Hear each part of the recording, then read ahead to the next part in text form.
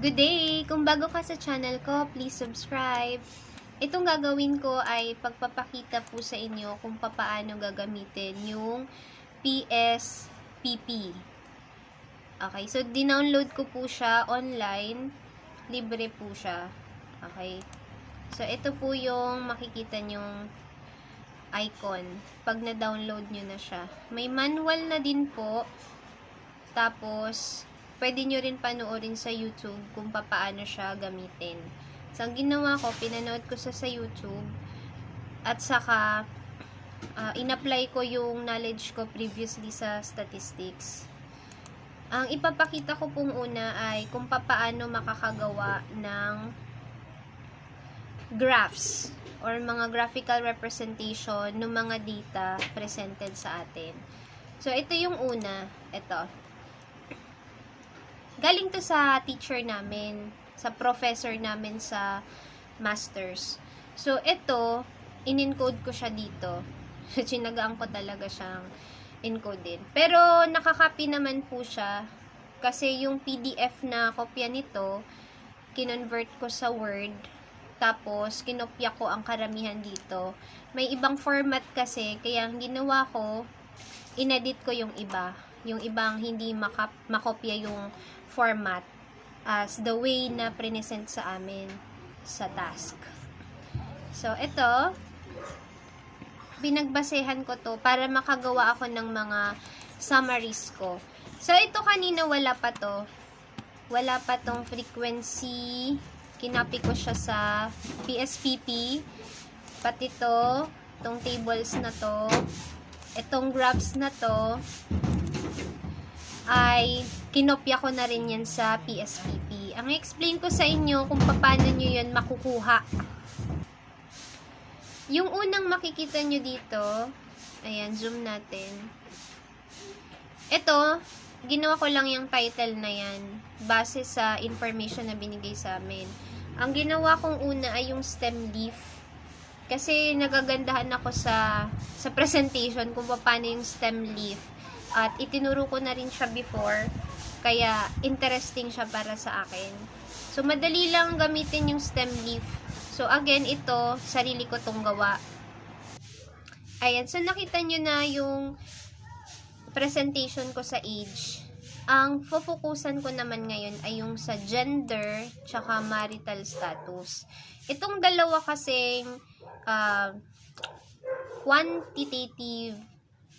qualitative siya, qualitative data to ay may specific siyang names or yung sinasabi nating nominal scale.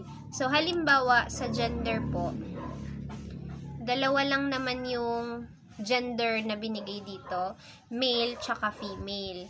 So, sa data presented kanina, ito po, nandito siya sa column na to. Na-summarize ko na siya. Na-summarize ko na yung gender dito. So, 17 males, 13 females. Total 30. So, sakto naman siya. 30 dito. 30. Okay, yung values natin 30. So, paano siya i-input sa PSPP? So, gender. Ito po. Siya yung pinakauna kong ginawa kanina. Sorry, hindi to na-zoom eh. So, ganyan siya. Gender. Makikita nyo, hindi male, female ang nakalagay na input ko dito. Na, although you see na 30 talaga siya, kasi yung original na binagay sa amin, 30 respondents or 30 farmers. Ang unang i-edit mo, yung ginawa ko sa PSPP ay yung variable view. Dito ka sa variable view. Nakikita mo dito, 'di ba? Ayan, variable view tapos data view. Pag binuksan mo yung PSPP mong software or icon, dadalhin ka agad niyan sa variable view. Or, kung hindi ako nagkakamali depende sa pagbukas mo nito. Ayan, check ko na lang mamaya. Pwede ko naman itong i-edit. Tapos, by the way, i-edit ko to or gagawa ako ng next video. Ayan. So, ito yung gender. So, siya yung inuna kong data na in-input. Tapos, automatic to, nandito na. Itong type, width, decimal, label value, labels, missing values, columns, align, measure, roll. Ang inedit ko lang dyan ay yung numeric. So, numeric lang siya kasi yung gender, nag-assign ako ng value sa kanya. So, napaka-importante itong intindihin, guys, and viewers, everybody. Kasi po, yung gender, na-summarize ko naman na siya. So, ang gusto kong mangyari, ay magkaroon ako ng graph na makikita yung dami ng male tsaka female. So, bar graph, tapos pie chart.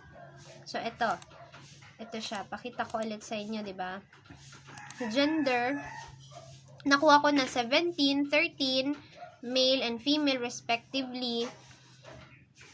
Tapos, represented siya ng bar chart or bar graph and then the pie chart. Yan. Bakit yung dalawa lang na graphical representations ang ginamit ko? Kasi, ang gender, isa siyang nominal scale. So, hindi ko naman kailangan kunin pa yung measures of central tendency, etc. Gusto ko lang ipakita kung ilan yung male, ilan yung female. Yan. So, to describe. Kaya nga tawag dito, descriptive data. So, going back sa PSPP, numeric ang nilagay ko. Kasi nag-assign na ako ng values. Dito po siya, sa value labels. Makikita nyo dito. Nag-assign ako ng value 1, male. So, lalagay ko dyan. Example, kanina ginawa ko 1. Tapos, yung value label, inedit ko rin siya, male. So, inad ko siya kanina. Tapos, lumabas na siya dyan. Tapos, mag-add ka ulit. Inad ko ulit, number 2, female naman. Tapos, okay. Press nyo tong okay na nandito. So, automatic nyan, pagbalik mo sa data view, mag-i-input ka dito ng number na lang. So, 1 for male, 2 for female. Bakit kailangan ko mag-assign ng value? Para mas madali sa akin. Kesa i-edit ko or itatype ko parate yung bawa, female, lagay ko si female. Hindi ko siya pwedeng ulit-ulitin. Tsaka itong PSPP, kasi, hindi mo siya makakopy. For example, nag-copy ka dito or nagkopya ka ng information. Copy. Try natin ha. Kanina kasi, di ko siya